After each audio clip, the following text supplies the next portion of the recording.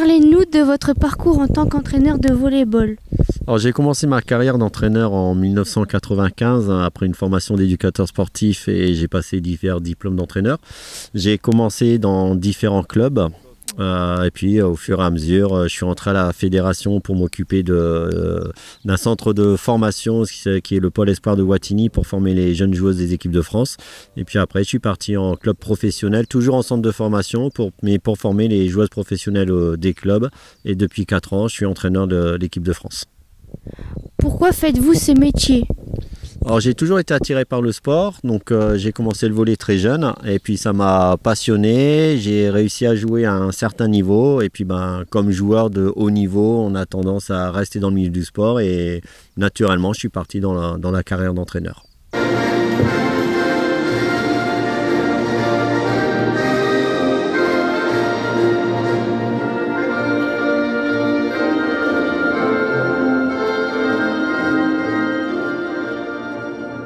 Comment votre équipe sourde arrive à vous comprendre ? Alors j'ai un traducteur avec moi, donc j'ai appris à parler très doucement pour que le traducteur puisse signer avec les mains, bien se faire comprendre au niveau des joueuses, sachant que la traduction ne se fait pas comme une traduction par exemple en anglais ou en allemand. On ne fait pas que des phrases, on prend des bouts de phrases et on adapte en fonction de ça. Par exemple, hier ou avant, c'est le même geste. Donc, suivant ce qui est dit avant ou après, les joueuses vont interpréter hier ou avant. Pourquoi travaillez-vous avec des personnes malentendantes ?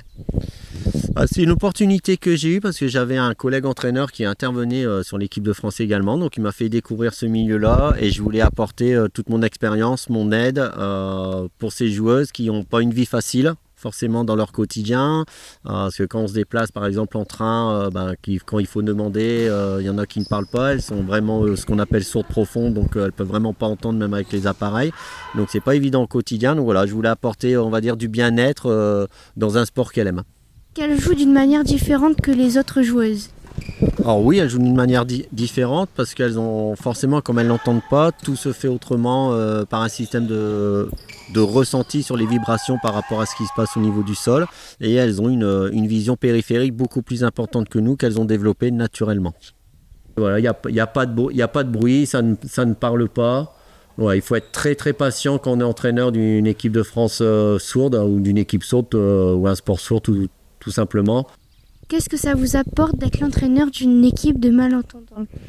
Alors une équipe féminine déjà, pas toujours simple à gérer, mais émotionnellement très très fort, c'est très riche donc en émotions et ça a énormément de valeur parce qu'on apprend à connaître la différence des autres, à gérer la différence des autres et à vouloir améliorer et réduire justement cette différence pour que les filles soient considérées comme des athlètes de haut niveau et surtout des personnes comme tout le monde. Donc moi c'est mon ressenti. À chaque stage, à chaque fois que j'ai côtoie, j'apprends énormément de choses. En plus de la langue des signes, j'apprends à mieux les connaître, à mieux connaître leur quotidien et je vois des choses dans la vie complètement différentes et en positif surtout. Est-ce qu'il y a déjà eu des discriminations ? Alors la discrimination, oui, ça fait partie, on en voit au quotidien avec tout le monde, aussi bien des personnes entendantes ou que des personnes en situation de handicap. On va dire que ça fait malheureusement partie de la vie et c'est à nous, éducateurs sportifs, d'essayer de dépasser ces barrières-là et à nous de montrer la force que voilà, une personne qui est en situation de handicap est aussi forte que n'importe quelle personne et elle a le droit de pratiquer un sport, une activité ou de vivre comme n'importe quelle personne. Merci beaucoup pour cette interview et bonne continuation. Merci à vous de m'avoir invité et d'avoir pu faire la promotion de l'équipe de France volley sourde féminine et ce sera avec plaisir de vous accueillir éventuellement le jour où on sera dans la région.